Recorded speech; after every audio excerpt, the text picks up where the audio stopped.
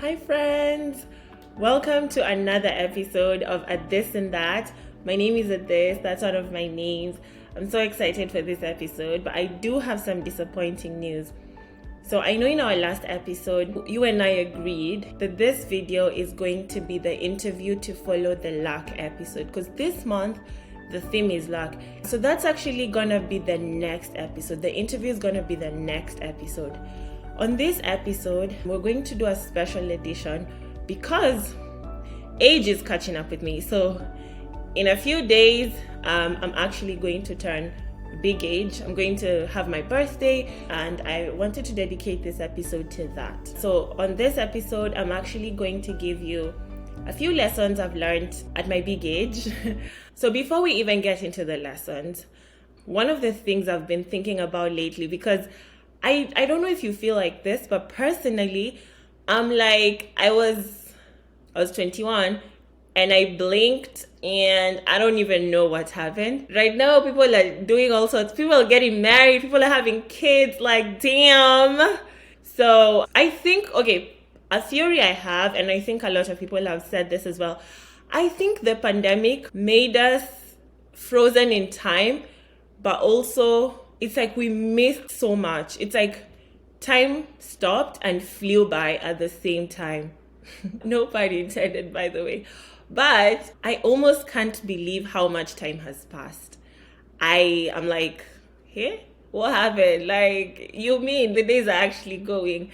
Like, we're actually proper adults now. We have to do this adulting thing. We can't like hide under the fact that, oh, we're still babies. Okay, y'all be safe though.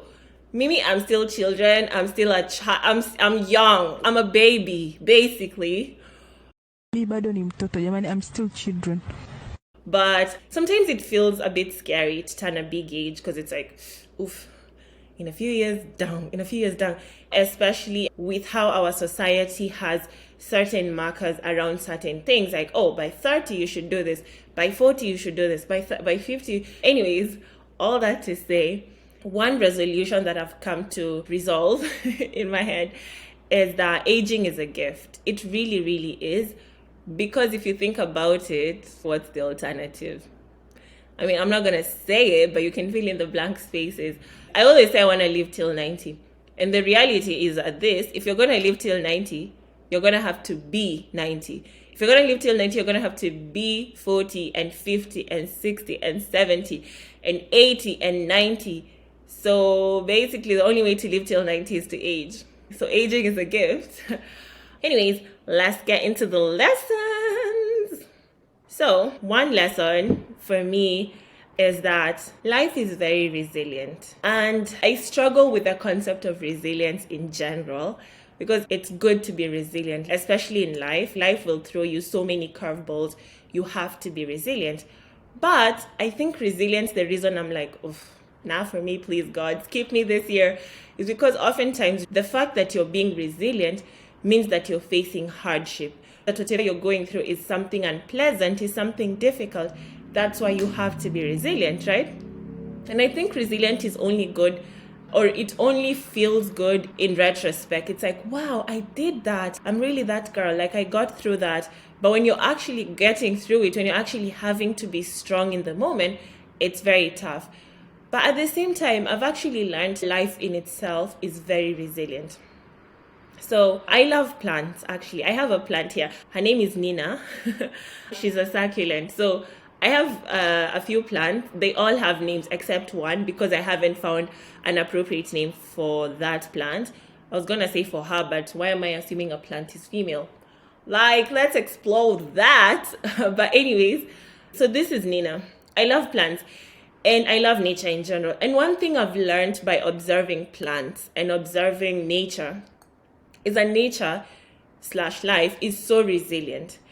So one of my plants, Anita actually, funny enough, she died or she was wilting, like her leaves were falling. And then I was like, oh damn, I'm going to have to throw her out.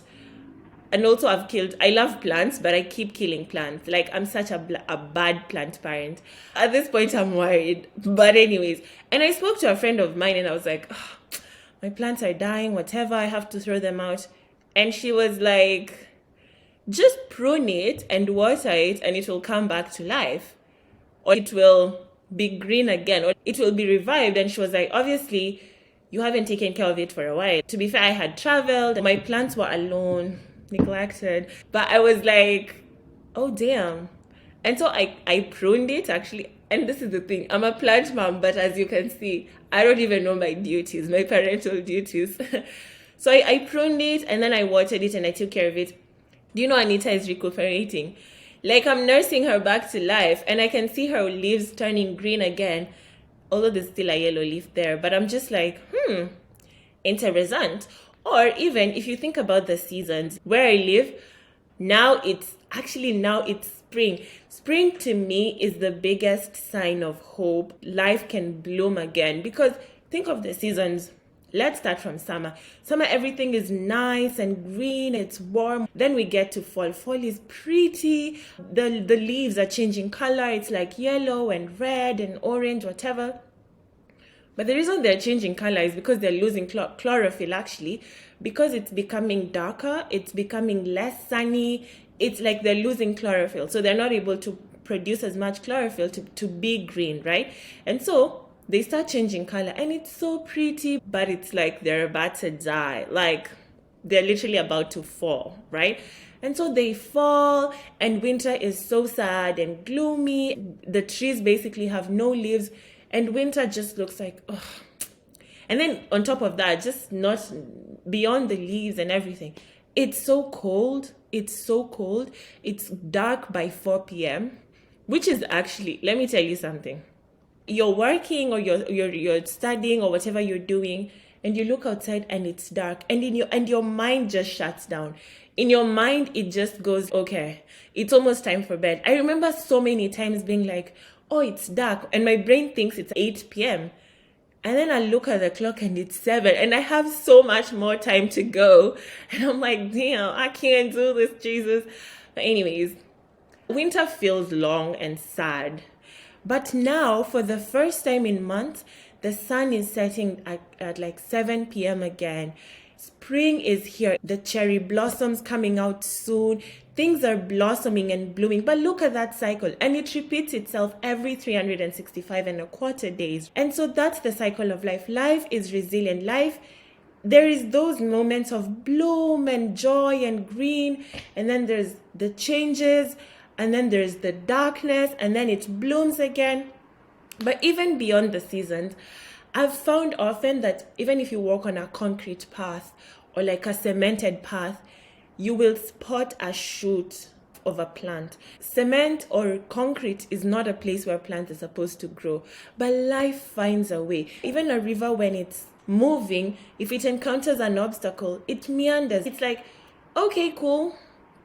Like, I'm gonna find a way, right? It's gonna bend and find a different path, and that's how meanders are formed. Life often finds a way, and sometimes that finding of a way makes something so beautiful and so magical even. And so my point with this is that I've often found whenever I'm going through really difficult times, sometimes it feels like, honestly, this is it. Maybe the school is just so hard, or work is so hard, or relationship breakups, or whatever the case may be, all the different problems that people go through.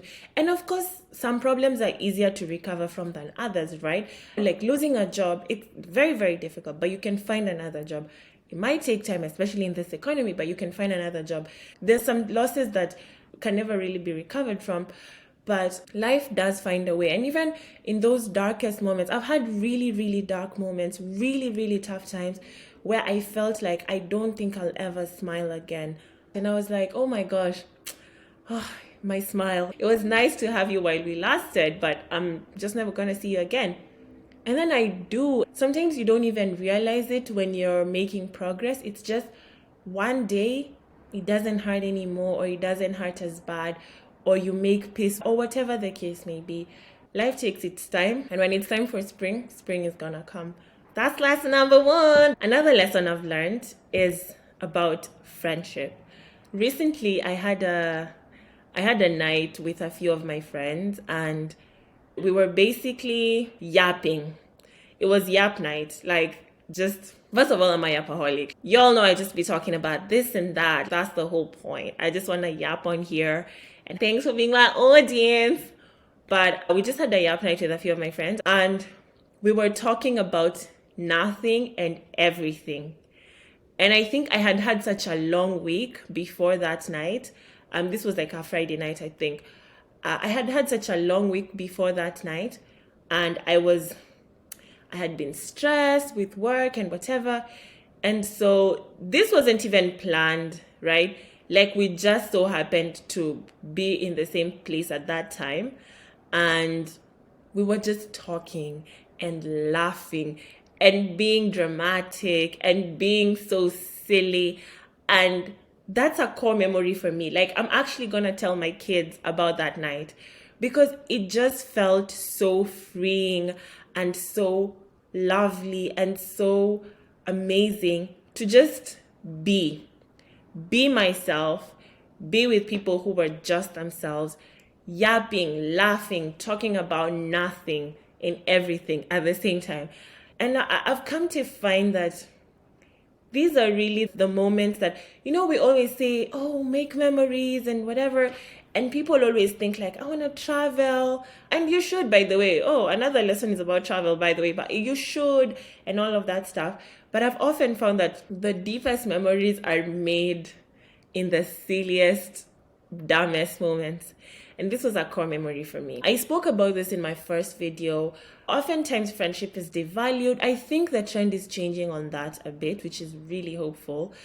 But I think friendship is often devalued, and I cannot for a minute longer about these coaches who are all like, oh, cut them off, blah, blah, blah. Honestly, I get it. Like, girl, if somebody is meant to be cut off, cut them off. But I will always advocate to give friendship a chance, invest in friendship. All of us want a friend. We're not wired to be alone. All of us want companionship. All of us want love. All of us want friendship. Let's reject this idea of being alone, being individualistic, whatever. And on that note, I recently learned that sometimes in friendship, people wait for like, oh, we need something so that we can hang out. Like, oh, it's someone's birthday, or oh, we're going actually somewhere, we're doing something. And sometimes people feel weird or embarrassed to just say, hey, person X, I've kind of missed you. Can we hang out? Because sometimes it's like, now what are we going to talk about? If we're not in a big group or if we're not doing something. But that's actually where you cultivate things.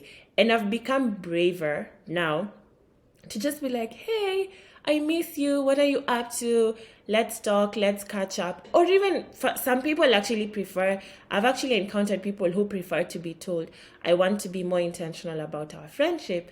And to me, that was mind blowing because I was like, oh, isn't it just supposed to evolve naturally with time? And it is, to be fair, but it's also okay to put yourself out there friendship wise and be like, hey, I know I saw you at so-and-so's birthday last week, but I just wanted to see if you wanted to catch up in person and just chat, whatever. Just getting to know someone better, just like investing in them at a personal level and everything. That's been a big lesson for me. But do invest in your friendship. There is so much love and depth and wonder in friendship, especially, I think always, but especially at my age, I'm in my 20s, I think this is the time for me to really invest in my friendships because let's be real, as we get older and people move in different directions, like people are actually going to start families and I don't know, move to some country for a job opportunity. It's the investment in friendship that's gonna actually, because I think it's hard to make friends when you're even in your 20s, but it gets even harder as time goes by because people are just so busy, right? I feel busy in my 20s, and I'm in my 20s, like, girl, what are you even doing? But I feel busy. Like, there's a friend, I know she's gonna hear this. There's a friend of mine I planned to visit. She lives in a different city than I do. I planned to visit sometime last year. And when the day came around, I had to move it because something came up. And then the day I moved it to, I had to move it. And then I had to move it 4 times because of just life circumstances. And it got to a point where her roommate was like, because I had never met the roommate, but the roommate was like, is this girl actually gonna come? Because at this point, like it's that busy. But imagine how much busier it is. Some of us are gonna get married, to be fair. Some of us are gonna have kids. Imagine you're trying to schedule a date with your friend who has 3 little rascals running around. She's stressed out. Like, girl, like, this is the time. This is the time. Invest in your friendships. But yes, friendship is one of my greatest loves, for sure. Okay, another lesson I've learned is travel or explore. And I don't mean go to the Maldives, although if you can afford it, please do. Or go to Bali. First of all, Bali has an environmental pollution problem right now because of all the tourism. But I mean even locally. I've lived in a few places over the course of my short adult life, and sometimes, let's say I've moved away from that place and I've looked back and I'm like, wow, I didn't even get to go to this and this place. It was literally there. I could have literally taken a $2 train and gotten there, but I didn't even explore what was around me. The thing is, life moves. Life actually moves. We're almost at Christmas at this point. Literally knocking at Christmas door right now. So life moves along. And if you don't spend time traveling, but I mean just exploring, go places. There's so much beauty to behold. There's so much to take in. There's so much history. There's so much art. There's so much creativity around us if we just knew it. But now, I can imagine right now we don't even have an excuse. You can just Google places around me. Literally. Places near me. Things near me to do. Activities to do. There's so many, if you're active on social media, there's so many Instagram pages these days of things to do in Philly or whatever. There's so many resources. Even there are people who are like, budget-friendly things to do. You don't have to spend an arm and a leg and a spleen and a kidney to actually explore. I think sometimes part of what makes life so dreary and just dull is that we're sitting in the house all day. We're actually not exploring. Even if you go to a random ass place that even you're like, what am I doing in Montana? Actually, Montana is very pretty. I would like to go someday. It's full of mountains and cows. See things, go places, open your eyes and explore. It doesn't have to be expensive. You don't even have to go across the border to do it. Just be curious, like, what is in my surrounding? What is in this Nairobi that I can go to? Go to Arboretum, go outside, go for a walk. Let's start there. Go for a walk.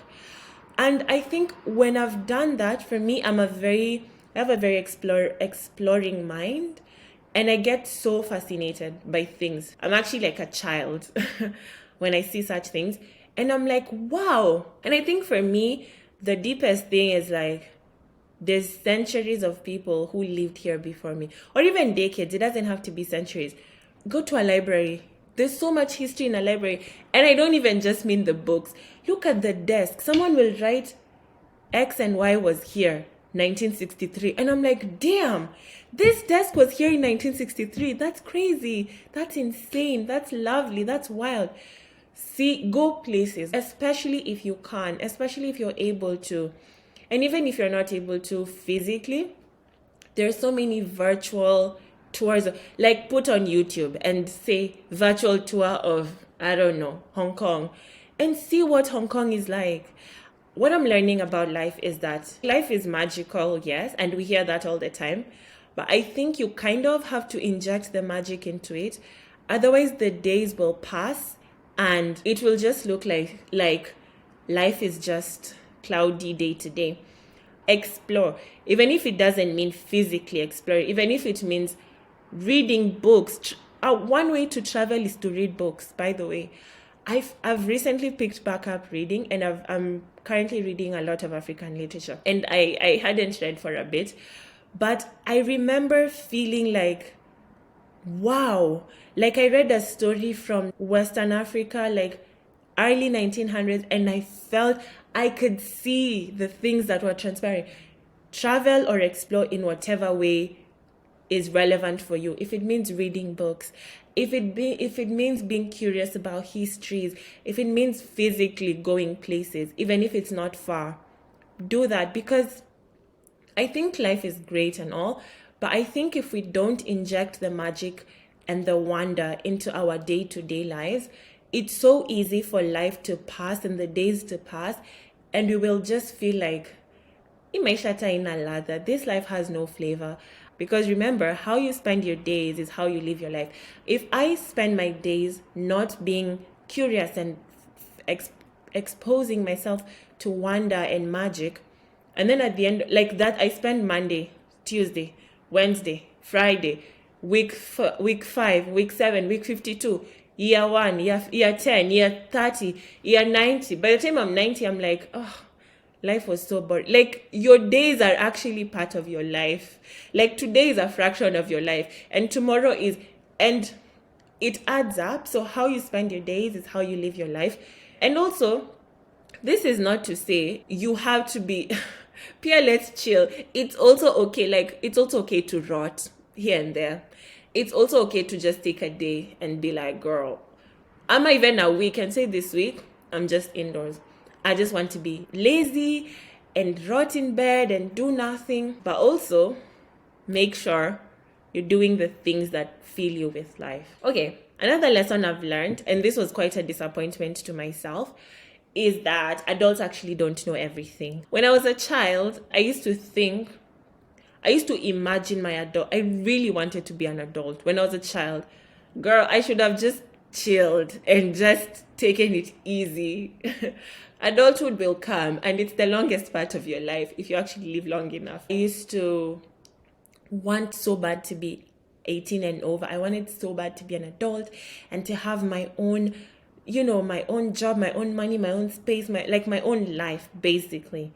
And it's not actually anything against my family, but I just wanted that autonomy. Like, wow, I'm living by myself. I'm doing things, na na na na. And one of the reasons why is that I was like, right now as a child, I'm so limited. I don't know things. I don't know stuff.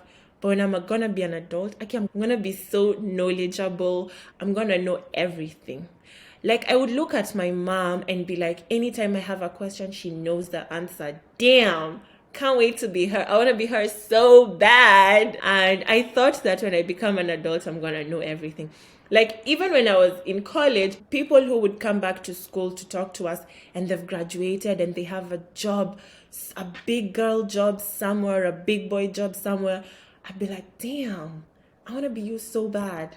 I want to talk about things that, like, you're just mentioning things. I'm like, damn, what? Ati, what do you do? Ati, venture capital. Girl, I want to do that. And I thought I would know everything. And I thought that as an adult, I would be so put together. I thought when I become an adult, we're moving away from that one. Now we know things. We're ready, blah, blah, blah. Hey, now as an adult, it's like, hey, naomba nijiondoe kidogo. Naomba nijitoe kidogo tu hadi. It's like, I actually don't know anything. But also, no one is there to tell me what to do. Girl, I actually have to make a decision for myself. I wanted to have autonomy so bad. And it's great. By the way, autonomy is great. It's really good. It's really nice to be able to decide, today I'm not going. Today I'll just sleep in. Okay, when you can. Because, yeah, we really don't have all the autonomy, do we? Especially if you're still participating in this capitalist system, which most of us are. We actually have to do. If you're in school, you actually have to submit your assignments. If you're at work, you actually have to turn up at work. But there's a level of decision making I have to employ where I'm like, so I wish my mom could just make this decision for me. Because I'm like, I really don't know what to do here. I don't know what's the right choice here. And I've come to learn that as an adult, I don't know everything. I really don't. But also, neither does anyone. But in general, You have to have the courage to make a decision or to try, because, okay, I don't want to say no one knows what they're doing, but no one is faultless and blameless, and they're just so smart and intelligent and put together. Even the people who seem that way are also trying, and I guess it works out and they're like, oh, okay, fine.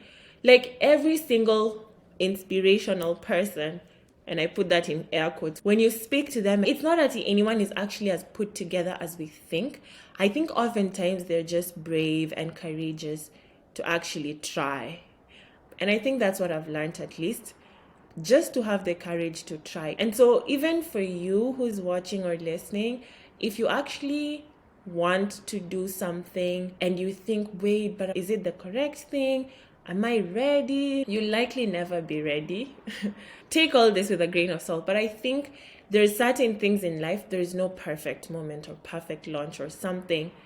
Certain things, sure, like don't do certain things if you're not at that stage where you should do them. But I think in a lot of things, especially in the pursuit of the things we want, oftentimes time is not necessarily gonna make you more ready. But even if you want to wait, at least invest the time in stacking up resources or doing research or something. But at the end of the day, no one really has the correct answer. People are just trying and putting themselves out there. And I think that's the way life goes. It often works out. We're coming to the end here, but one last lesson I have, and these are not the only lessons I have at my big age, but at least these are the ones that kind of are on my heart today. So one last lesson I have is learn.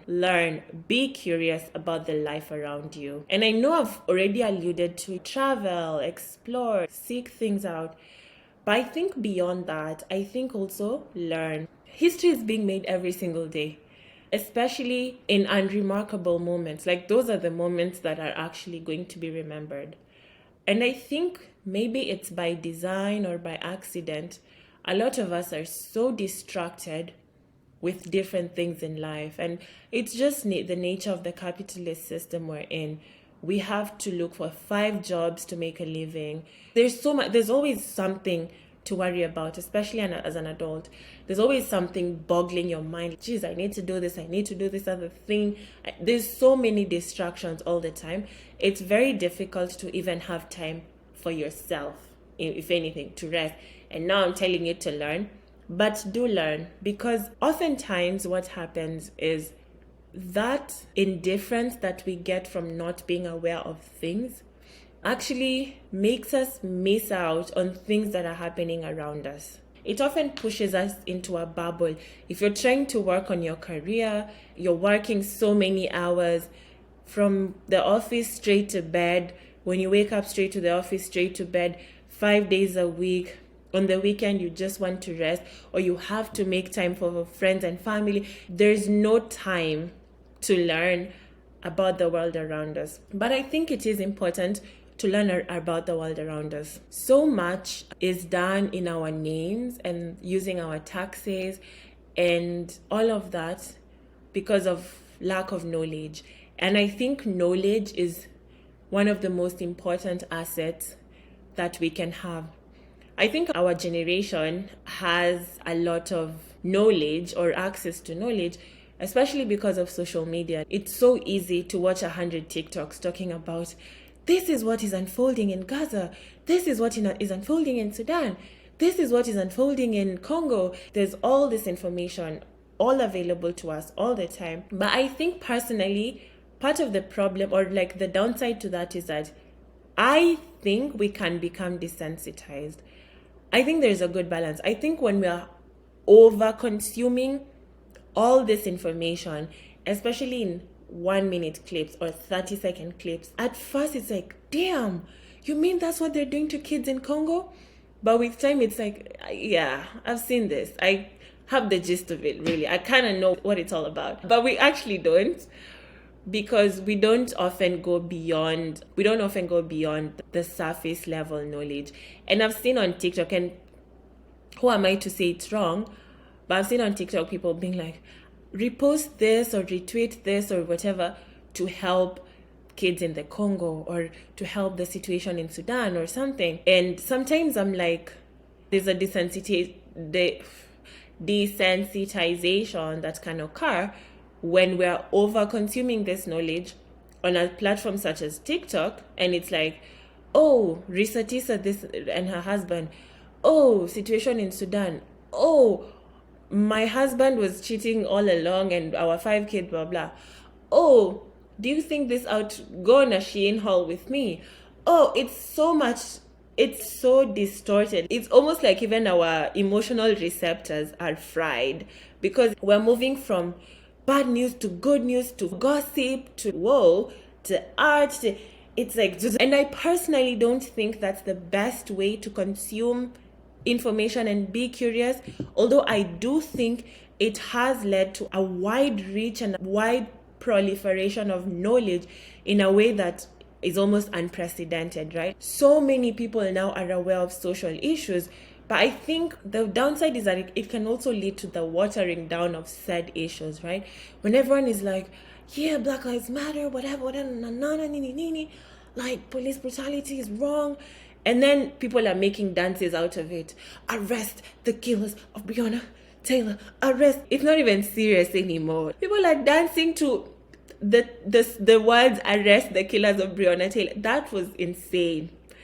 So unserious. Anyway, my point is, I think I've learned to learn and be curious about what's happening in the world. Because the thing with history, and I think it was Malcolm X who said this, or some other revolutionary, if we don't learn history, then learn from it, we're likely to repeat it.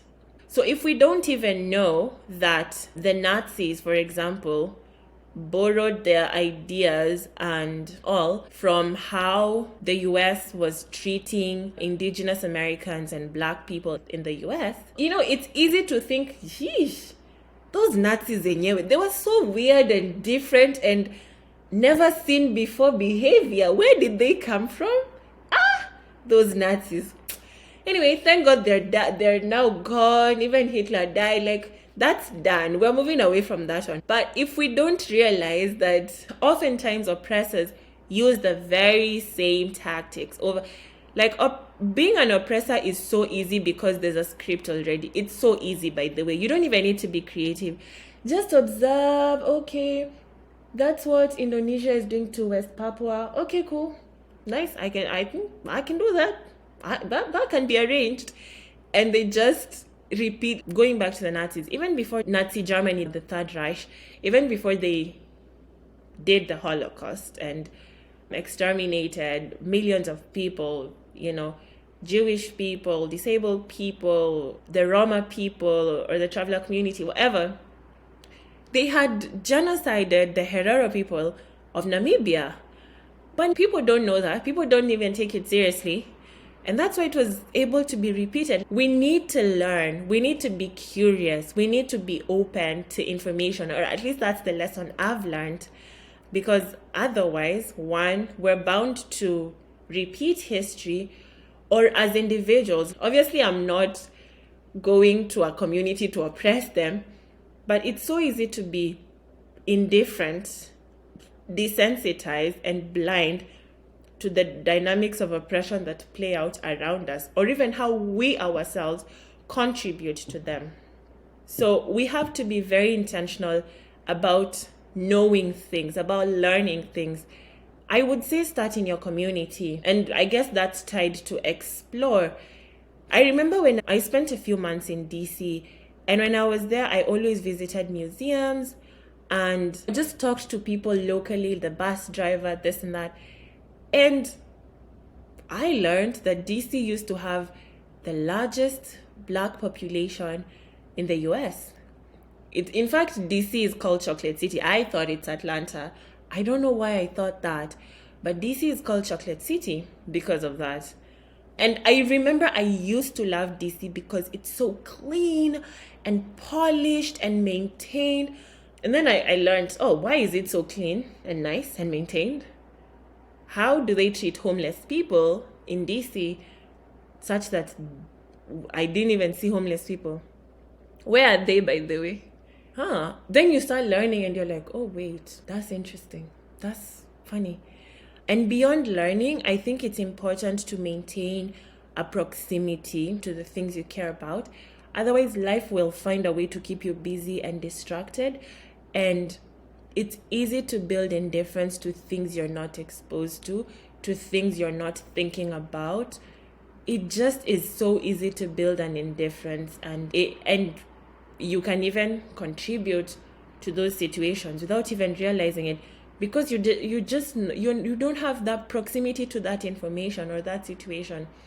So at least my final lesson would be, I've learned that as life gets busier and crazier, I think it's important to learn to be curious about the things that you care about. It also can't be everything, because listen, I'm just a girl. You're just a girl or a person. But if we don't maintain that proximity, I think it's easy to go through life blind and without realizing. So those are going to be my lessons for now. I'm not too sure how many I said, but those are the lessons I have for this session. Remember, aging is a gift. If you have a birthday around this time, or any time this year, by the way, happy birthday in advance or happy belated birthday. I listen that cares about you. And would love to hear from you in the comments or in the DMs. A lot of you, by the way, like coming to me personally as a woman or as a person. I love that. Any feedback is always appreciated. So let me know what you think about these lessons, but also let me know what lessons you yourself has learned I'm sure we are all growing older. And our next episode is actually going to be the block interview. Thanks for watching. Thanks for being here. Remember to like, subscribe, share, comment, all that. I'll catch you in the next one. Bye.